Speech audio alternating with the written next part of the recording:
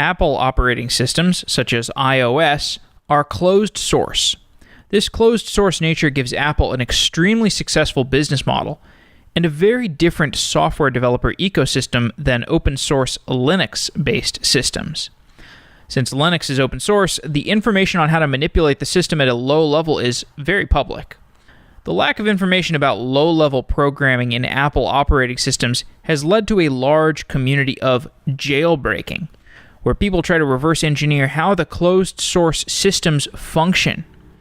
In today's episode, Max Bazaliy joins the show to describe how he reverse engineered an Apple Watch. It's a complex security challenge to jailbreak an Apple Watch, as Maxim describes in great detail. Max is a security researcher at Lookout, a mobile security company, so he is well equipped to describe the internal security details of the Apple Watch. Before we get started, I want to announce that we're hiring a creative operations lead. If you are an excellent communicator, please check out our job posting for creative operations at softwareengineeringdaily.com/jobs. This is a great job for someone who just graduated a coding boot camp or someone with a background in the arts who is making their way into technology. If you want to be creative and you want to learn about engineering, check it out at softwareengineeringdaily.com/jobs.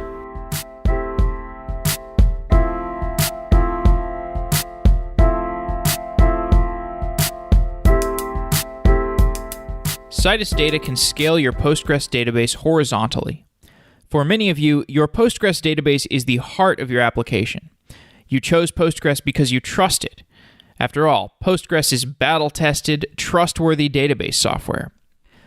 But are you spending more and more time dealing with scalability issues? Citus distributes your data and your queries across multiple nodes. Are your queries getting slow? Citus can parallelize your SQL queries across multiple nodes, dramatically speeding them up and giving you much lower latency. Are you worried about hitting the limits of single-node Postgres and not being able to grow your app? Or having to spend your time on database infrastructure instead of creating new features for your application? Available as open source, as a database as a service, and as enterprise software, Citus makes it simple to shard Postgres. Go to citusdata.com/sedaily to learn more about how Citus transforms Postgres into a distributed database. That's citusdata.com/sedaily, citusdata.com/sedaily. Get back the time that you're spending on database operations. Companies like Algolia, Prosperworks, and Cisco are all using Citus, so they no longer have to worry about scaling their database. Try it yourself at citusdata.com/sedaily. That's citusdata.com/sedaily. Thank you to Citus Data for being a sponsor of Software Engineering Daily.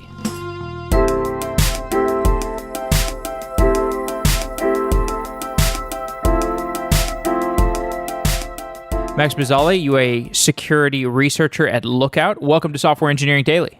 Thank you. Yeah, I'm happy to have a chance to speak here today. Yeah, so I saw your video at DEF CON, which was about jailbreaking an Apple Watch, and I want to talk through that, as well as talk through jailbreaking and mobile security more broadly. Let's start with the topic of jailbreaking. What is jailbreaking? So basically, jailbreaking is a process of hacking a device to remove device-specific restrictions. If we are talking about like Apple Watch or any other Apple device, so it's a process to disable some of the software restrictions applied by Apple to run maybe like unsigned code or to modify a system, to install maybe like some new skins to a system and so on. And usually jailbreak process requires software vulnerabilities to use, a way to like escalate privileges and bypass some of the system security mechanisms. I would say like jailbreaking is a pretty interesting target for security researchers, because after jailbreaking, our security researchers get a full access to a file system, which allows them to explore how the system works. Mm-hmm. Why would you want to jailbreak an Apple Watch specifically? Well, I would say that first thing, I would like to prove that it's real, that it can happen, because no one do it before publicly.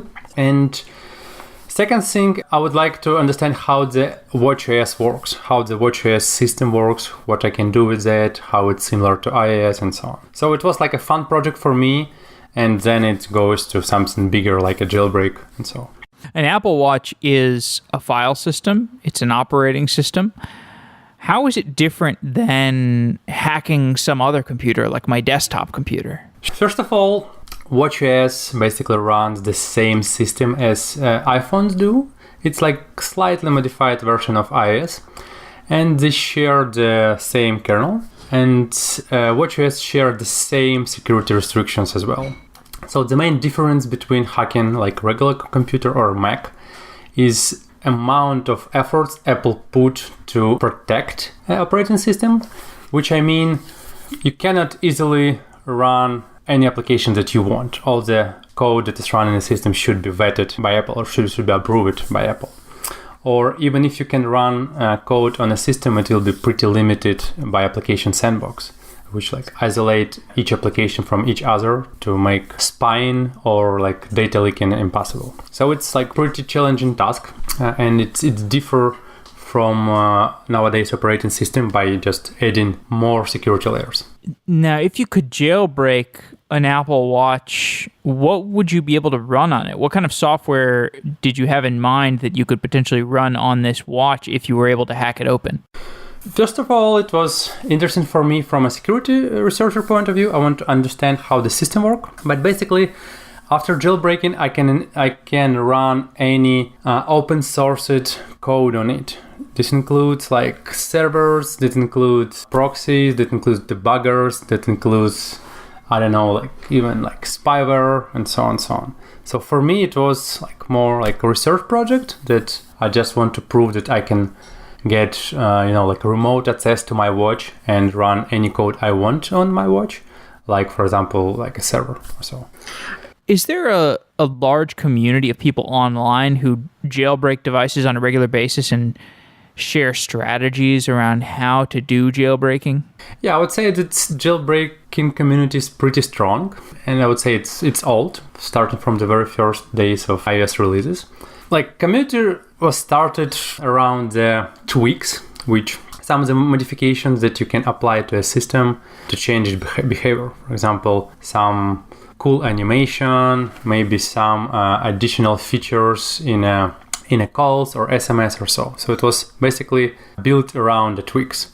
And later on, security researchers start using jailbreaks as well as their way to find new security vulnerabilities in a system.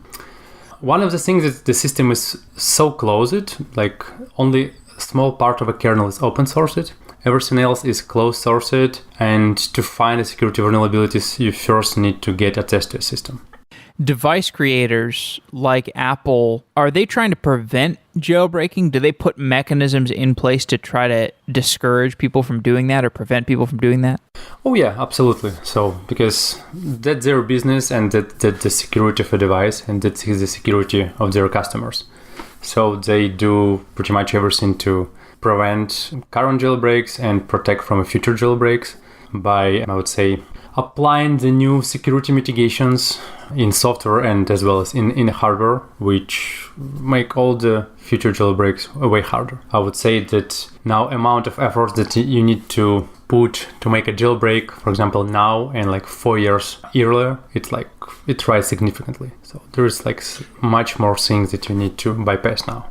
And the strategy that we're going to go through in terms of how you jailbroke the Apple Watch, this is not something that you could have done remotely, right? This was something that you had to have access to the direct hardware in order to jailbreak it.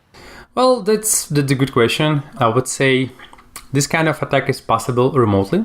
The way why I did not use the remote approach is that the version of watchOS that I was playing with did not support the browser or like the WebKit in that time. And other interfaces that allow any remote access was pretty limited. So in the newer version of watchOS, it is possible to interact with a browser, and that's a pretty good attack vector.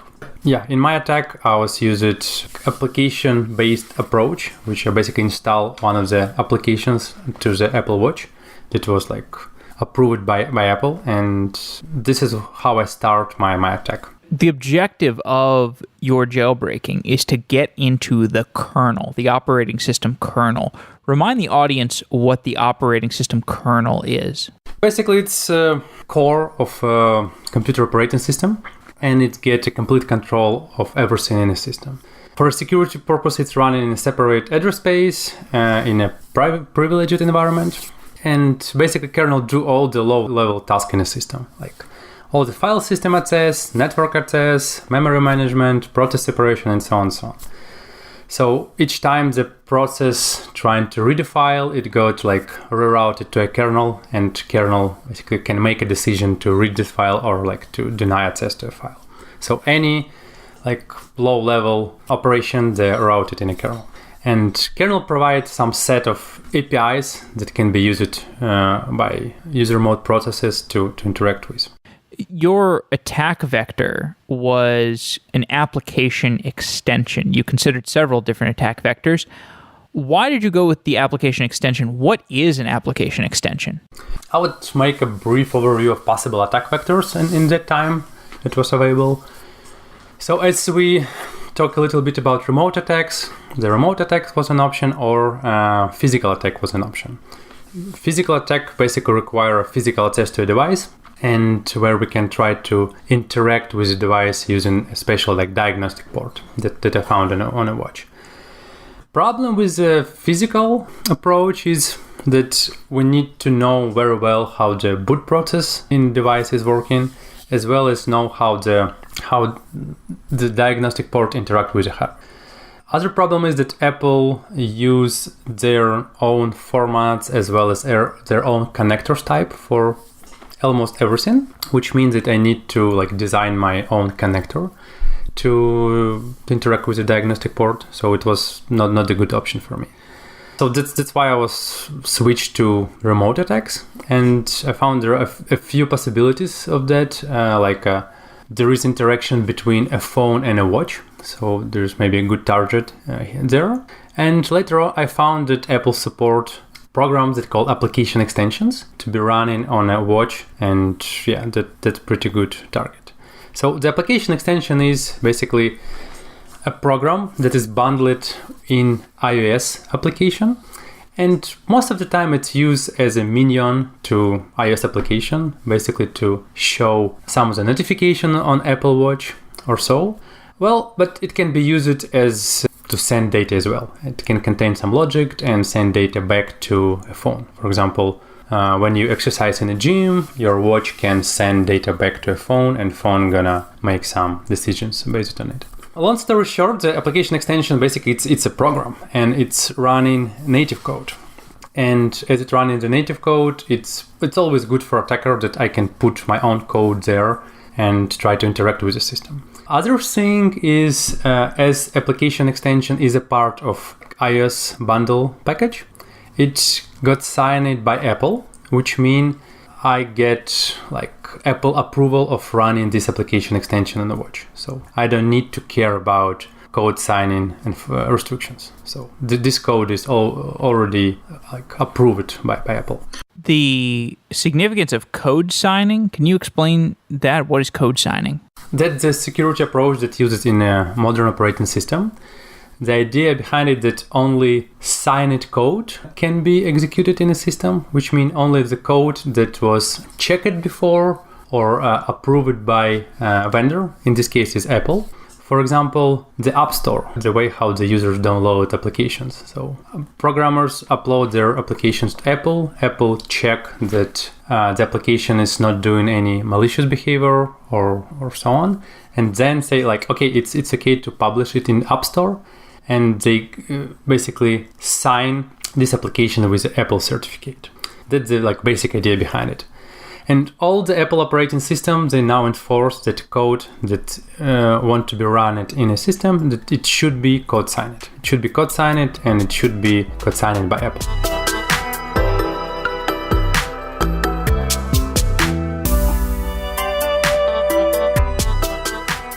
The Casper mattress was designed by an in-house team of engineers that spent thousands of hours developing the mattress. And as a software engineer, you know what kind of development and dedication it takes to build a great product. The result is an exceptional product when you put in the amount of work and effort that went into the Casper mattress. You get something that you'd use and recommend to your friends. And you deserve an exceptional night's rest yourself so that you can continue building great software. Casper combines supportive memory foams for a sleep surface that's got just the right sink and just the right bounce. Plus, its breathable design sleeps cool to help you regulate your temperature through the night. Stay cool, people. Stay cool. And buying a Casper mattress is completely risk-free. Casper offers free delivery and free returns with a 100-night home trial. If you don't love it, they'll pick it up and give you a full refund. Like many of the software services that we have covered on Software Engineering Daily, they are great with refunds. Casper understands the importance of truly sleeping on a mattress before you commit, especially considering that you're going to spend a third of your life on that mattress. Amazon and Google reviews consistently rank Casper as a favorite mattress, so try it out. Get a good night's rest and upvote it yourself today. As a special offer to Software Engineering Daily listeners, get $50 towards select mattress purchases by visiting casper.com/SEDaily and using the code SEDaily at checkout. Terms and conditions do apply. You'll get the select mattress purchases if you go to casper.com/SEDaily and enter the code SEDaily at checkout. Thank you, Casper.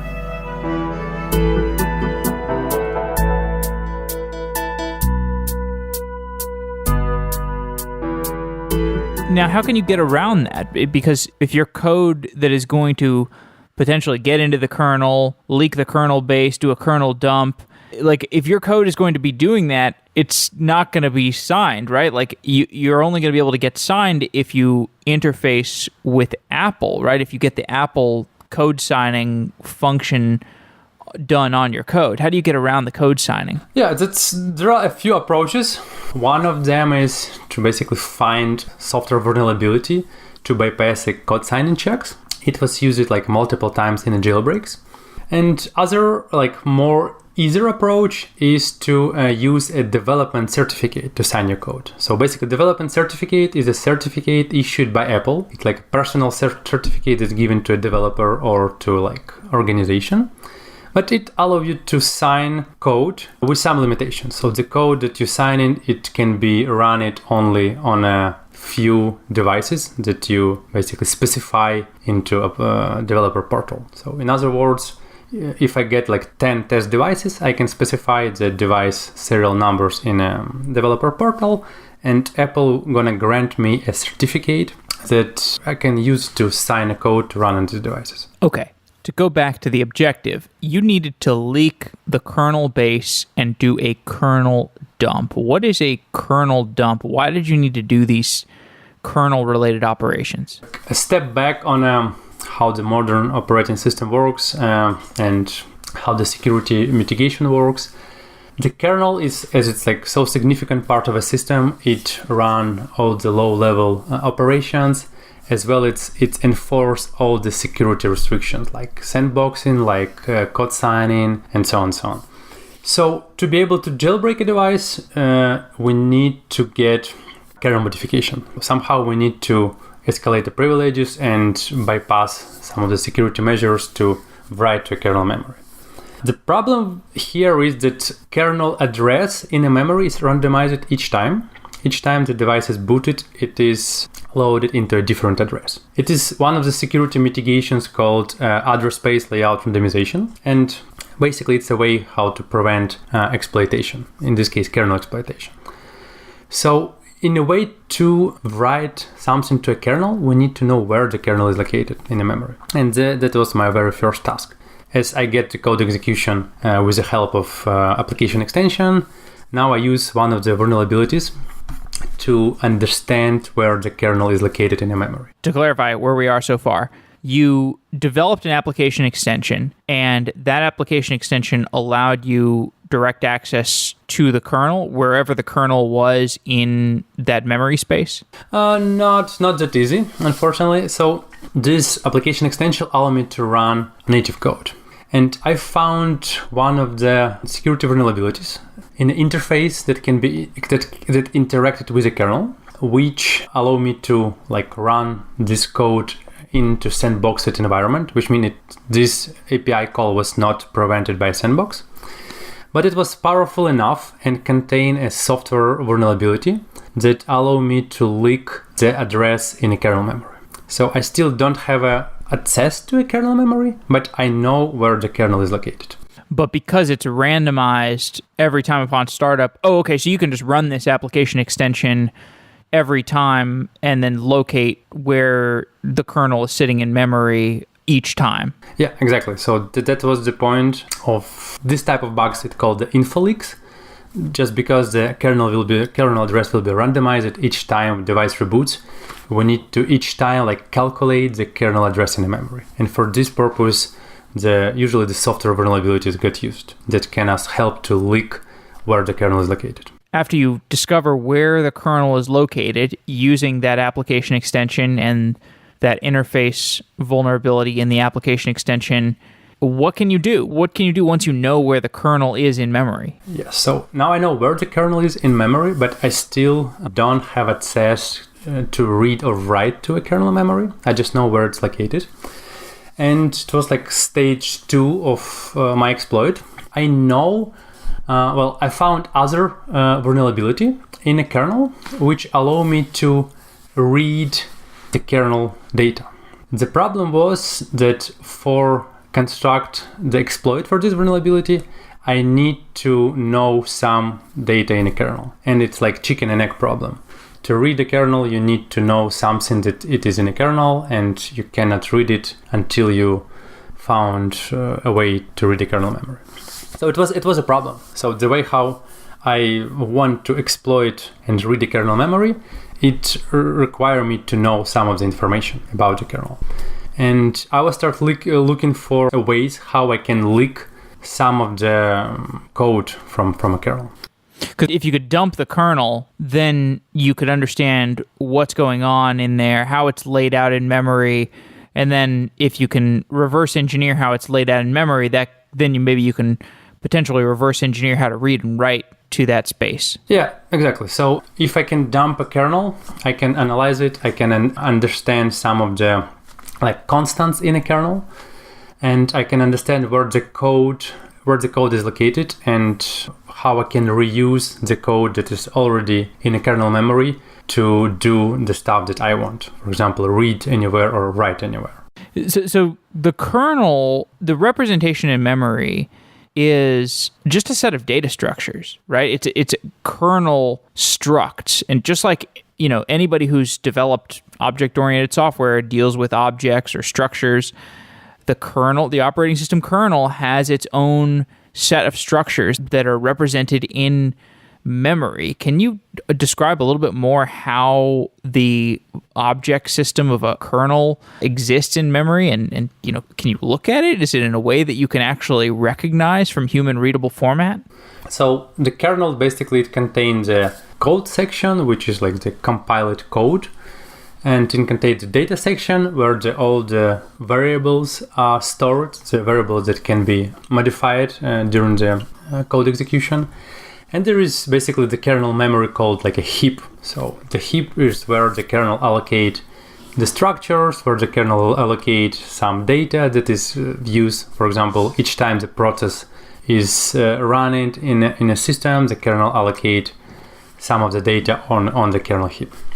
And before creating an exploit, I need to understand how the kernel works. The problem was that WatchOS kernel was different from any kernels I've seen before, like iOS or macOS, and the layout of data, layout of some of the structures was different that I've seen on iOS or macOS, which means that I need to play some kind of cat and mouse game and guess what kind of data is it, allocating the new memory chunk or running the new process and check how the kernel memory was changed, to understand where it's located and how it's distributed over the kernel memory. This is called kernel symbolication, right? It's similar thing. One quick remark, how we get the kernel memory. As I say, that I did not... I know where the kernel is located in the memory, but I still don't have a it's called a primitive, that powerful way to read the kernel memory. And to read it, I need to know some part of a kernel. And I use one of the tricks that I found a way to crash a system. I found a way to reboot a device and crash a kernel. But luckily, when the kernel crashed, it saved the system state in called the crash dump. And the crash dump contain values of the CPU registers. And some of these CPU registers is what I need to leak like 4 bytes of the kernel in a time. So I was keep crashing a kernel, read the crash dumps, read 4 bytes, and then repeat the process. It takes around like 2 weeks, but I get like around, I think it was 700 bytes of a kernel, which was enough for me to construct my exploit. So I get enough data clicked by these crash dumps to construct the second stage of the exploit, which allow me to easily read anywhere in a kernel. So I don't have this problem anymore. So just to be clear, you hacked together some series of scripts that were just going to run repeatedly to load up your Apple Watch, locate the kernel in memory, and then crash it to emit, 4 bytes per crash. And then you ran that for 2 weeks, which gave you enough of the kernel's state. Although those each time was a different state, right? I mean, you had to be rebooting it under the exact same circumstances so that you had a somewhat consistent picture of what it looks like. Yeah, so here's how the processes look like. Unfortunately, cannot directly install applications on a watch. So I basically construct my application extension that the first step is doing it is leaking where the kernel is located in a memory. Then it is trying to crash a kernel by a specific address. So I know where the kernel is located, and I need to leak the values of some of the memory address. So I put this memory address in one function, and this function will interpret this address incorrectly and basically crash a kernel. But that leaked like 4 bytes at a time. So the process looks like you install application on a phone, the phone synchronize it with a watch get crashed, you wait until watch waked up, basically reboot the system, then you keep nagging and keep waiting until the watch will synchronize the crash dump with the phone. Then you need to jailbreak a phone and copy this crash dump to your Mac. Then change the address like plus 4 bytes and repeat all the thing. So that's why it takes so long. And some of these steps I can automate, like recompile an application each time and so on. But some of the steps I didn't find a good way to automate it. For example, I need to wait until the Apple Watch get rebooted and until it make a connection between a phone and a watch to download the crash dumps back. And sometimes it was unpredictable. I mean, it sometimes take like 2 minutes until the watch will be rebooted. Sometimes it take more. So yeah, it was challenging, and that's why it take like so long. But like finally, after like weeks of this process, I get what I want. Which was 700 bytes of a kernel. And this allow me to construct the next step of the exploit, which will be used in the same application extension. But instead of crashing a kernel, now it can use internal constants that I just leaked to read anywhere from a kernel memory. Anywhere, and basically like write anywhere. So it was basically prerequisite to complete kernel memory read and write. And this allowed me to read now the whole kernel, which in that time was around, I think it was 16 megabytes of data in WatchOS, which means if I was dumping it by 4 bytes, it can take just ages to dump 16 megabytes. I see. So you just needed to figure out enough information to be able to do a read over the kernel itself. Describe it. How do you extrapolate 700 bytes to understanding how the address space is laid out and being able to read it? Yeah, that's a good question. I found a vulnerability in a kernel, in a code that doing serialization, which means, for example, you can send a dictionary within objects like strings, like arrays, like booleans, and during the serialization object, the kernel can go to different execution flow, like for sure not checked by initial developers. So long story short, I found a way if I construct the string object and if I know where the kernel is located in the memory, I can say that the string start address is a kernel start address and basically try to read the whole kernel as a one long string. That was my idea. But to achieve that, I need some of the constants from a kernel to basically construct this like C++ based string object. So to give you more context, these objects there exist in a kernel space. But from a user space, you can describe which objects you want to allocate in a kernel. And you can describe that you want to allocate in a kernel space, you want to allocate a string object. And here is the properties of this object. Like the starting address is this, and the length of the object is this, and so on. So by constructing an object that points to a beginning of the kernel, and if we know the raw kernel size, we can try to read the kernel to user space.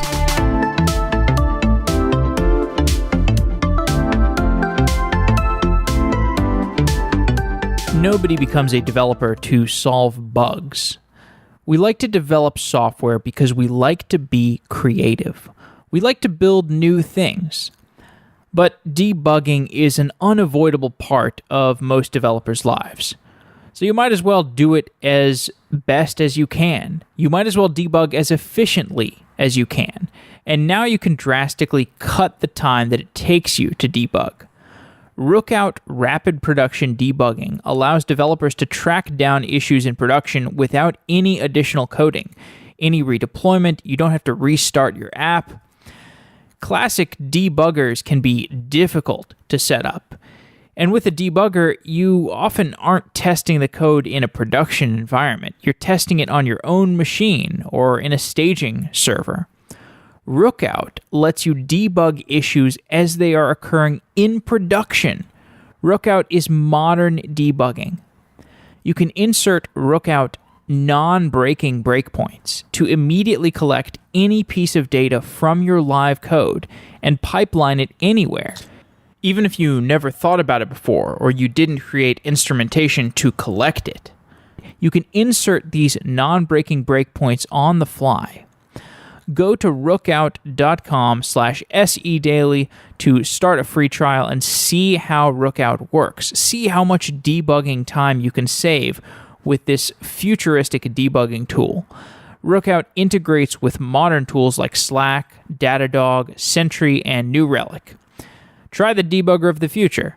Try Rookout at rookout.com/sedaily. That's ROOKOUT.com/sedaily.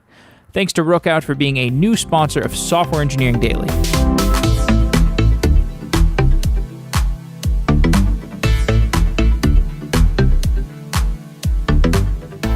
Being able to read it, does that mean you also know how to write to the kernel, or this is all about wanting to set up read and write primitives? Because if you can read and write to the kernel, you basically have full control over the system. You can do anything. But once you had figured out the mapping to be able to read the kernel, does that also give you the ability to write to it? No, but it depends on vulnerability you get. My vulnerability was pretty powerful, which allowed me to execute a code in a kernel space, again by using this like fake string object. But if I can execute a code, I can execute some parts of the kernel, for example, like some assembly instructions that allow me to read or even like write to a kernel memory. So answering your question, it depends on how powerful your vulnerability is. Like mine was pretty powerful, which allowed me to read and write and even execute just in one vulnerability. Some of the vulnerabilities, they are limited that you can only read. For example, when I was like crashing a kernel, it allowed me only like leak or read like 4 bytes at a time, but not to write. So in this case, you need additional vulnerability that allow you to write. With the Apple Watch, you're typically in a sandbox mode. The developer's in a sandbox mode. There's a limited set of things that you can do. Are we beyond the point where you're constrained by the sandbox, or does the sandbox still limit you once you have this read-write primitive idea set up? Yeah, so sandbox is pretty powerful mechanism to prevent exploitation. Luckily, the software vulnerability that I found, it was not restricted by sandbox, which means from my application extension, I can run this powerful API that can interact with the kernel, and it was not protected by sandbox. Okay. So this kind of vulnerabilities, they are pretty rare, but they exist. In other case, if I don't have this powerful vulnerability, I need additional vulnerability to get out of sandbox, to find a way how to, for example, interact with APIs that I need, or basically escalate my privileges to not be enforced by sandbox restrictions. Once you have read-write capability in the kernel, what does that let you do? Yeah, so basically, as I say, most of the security restrictions, they are located in a kernel, like code signing enforcement. The sandbox itself is just a driver in a kernel. All other things that prevent us to, for example, spawn or launch the new processes in a system or so, they're all these checks are in a kernel. So when I get the read-write primitives to a kernel memory, I can do hot patching on the fly. So basically modifying kernel code when the kernel is running. This is what I've done. So I know where the kernel is located in the memory. I read the whole kernel to a user mode, so I can disassemble it. I can find the functions in a kernel that I need to modify, and I start to do my patches in a memory just by changing the assembly instructions, basically. So you set up read-write primitives, you disable security protections on the watch, and then you can set up SSH. If you get SSH set up, you've effectively jailbroken the watch. So why is that? Why was the goal to set up an SSH connection? Why is that as good as having totally jailbroken and having control over the whole device? Yeah, basically, so SSH is a part of a jailbreak process. So after you disable the security features of a system, like by patching a kernel, you need to provide some easy interface to interact with the system. Because installing application extension each time to run your code is maybe not the best thing.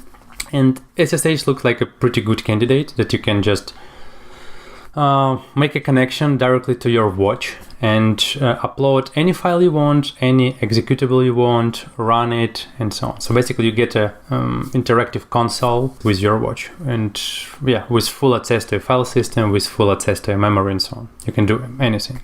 What frictions did you encounter when you were trying to create that SSH connection? That was the tricky part. So first of all, I was following the same steps as I was doing on iOS before by disabling the restrictions in a kernel, and I was surprised that it was not enough. So in watchOS, it was much more restrictions in a kernel that prevents you to run any kind of SSH client on a watch, which makes sense because Apple designed watch to not interact with network, only use the iPhones for this purpose. So it required me additional patches in the kernel to even run the SSH connection. And later on, I found that there is no good connection point to a watch, as watch is interacting only with iPhone and it is interacting only with a Bluetooth. And it was a challenge how I can run my SSH connection over the Bluetooth. After looking for ways, what we can do with that. Yeah, so you needed to create a Bluetooth connection with the Apple Watch using an iPhone in order to get this SSH connection running. That's something I didn't completely understand. Can you explain that in more detail? Sure. So the watch interacts with outer world only by using an iPhone. So watch cannot interact with any other device except the iPhone that is paired with, which means all the information that watch retrieve, for example, even like application extension, it is synchronized from a phone using the Bluetooth connection. So which means if I want to, for example, directly connect from my Mac to a watch, there is no easy way to do it. So I need to somehow connect to my phone, and from a phone I can connect to a watch. Again, because phone using as a gateway to a watch. Got it. So I think we're at the point where you have achieved the jailbreak. So did you actually do anything once you had the watch jailbroken, or mission accomplished? Well, yeah, the first thing, I just run the SSH connection and like prove that it works, that I can run now any unsigned code on this teeny device. And I start recompiling the open source software for this watch OS specific architecture, as it is running on its own chip, and you cannot just reuse the software. You need to like recompile it for a watch, but that's doable. So I start recompiling the command line tools like, I don't know, like chmod, like ls, like move, like copy, and these kind of things, to give some of the capabilities to newly jailbroken Apple Watch system. And I've recompiled some of the Python interpreters, so you can run Python on it, you can run servers on it, on a watch, you can even remove some of the limitations in a kernel.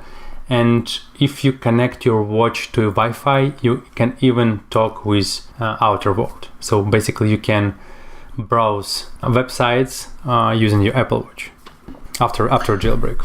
And yeah, of course you can apply any modifications to a system, apply your own, I don't know, like watch screens, change the UI, and so on and so on. But for me, it was that I can run any code on it. So basically anything I want.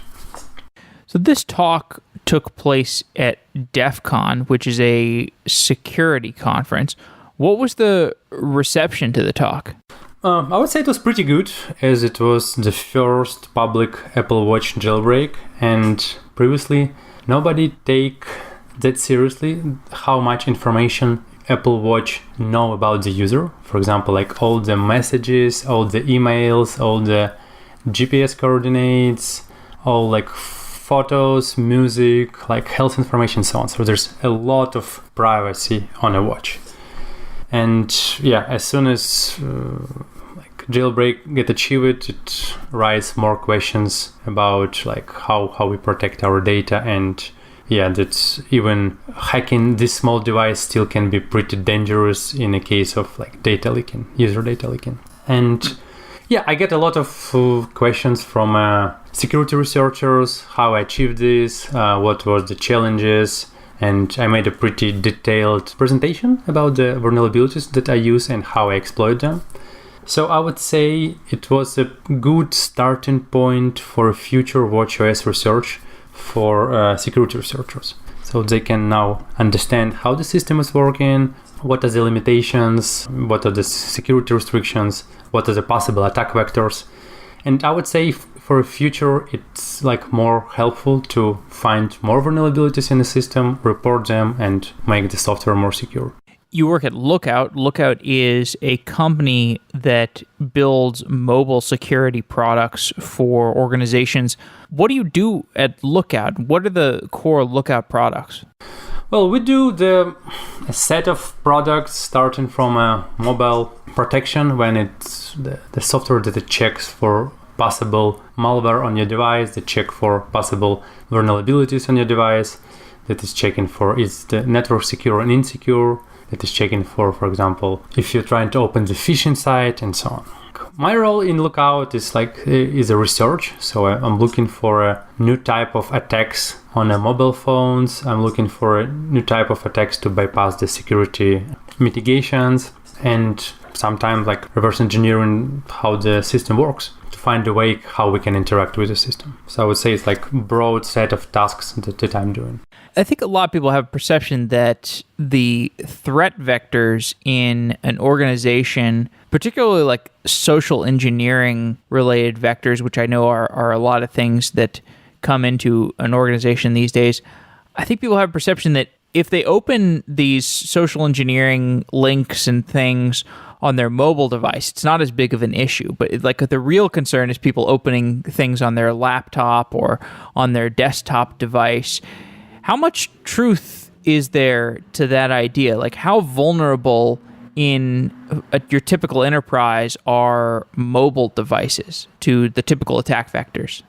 Well, I would say that as mobile device, they're under the hood is pretty much the same operating systems. They're like much more protected than the desktops, but still it's operating system with its weak spots and limitations. And I would say with the rise of like bring your own device, I think it's much more like workers use their mobile device to use the work email, to even store some sensitive information and so on. So I would say it's not going to replace the desktops, but it's pretty good additional attack vector because you store the same documents on a mobile device. And as soon as one mobile device will be compromised, attacker can get access to internal network of an organization or access to internal emails and so on. It's harder than on desktop, but still it's an attack vector.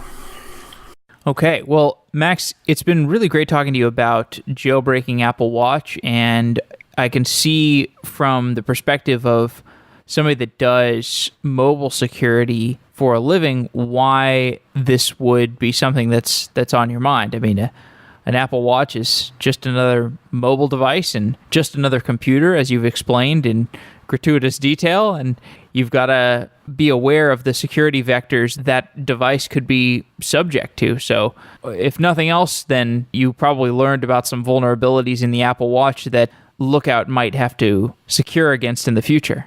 Yeah, and for our listeners, if they want to like go like deeper into vulnerabilities, I think we can provide a link to a white paper with a very detailed explanation how they can reproduce this kind of attack on their watch. Sure, happy to do that. Okay, well, Max, thanks for coming on Software Engineering Daily. It's been great talking to you. Thank you, Jeffrey. It was pretty good to talk. Thank you. Okay, thanks. GoCD is a continuous delivery tool created by ThoughtWorks. It's open source and free to use, and GoCD has all the features you need for continuous delivery. Model your deployment pipelines without installing any plugins. Use the value stream map to visualize your end-to-end workflow. And if you use Kubernetes, GoCD is a natural fit to add continuous delivery to your project. With GoCD running on Kubernetes, you define your build workflow and let GoCD provision and scale your infrastructure on the fly. GoCD agents use Kubernetes to scale as needed. Check out gocd.org/sedaily and learn about how you can get started. GoCD was built with the learnings of the ThoughtWorks engineering team, who have talked about building the product in previous episodes of Software Engineering Daily, and it's great to see the continued progress on GoCD with the new Kubernetes integrations. You can check it out for yourself at gocd.org/sedaily. And thank you so much to ThoughtWorks for being a longtime sponsor of Software Engineering Daily. We're proud to have ThoughtWorks and GoCD as sponsors of the show. Wow.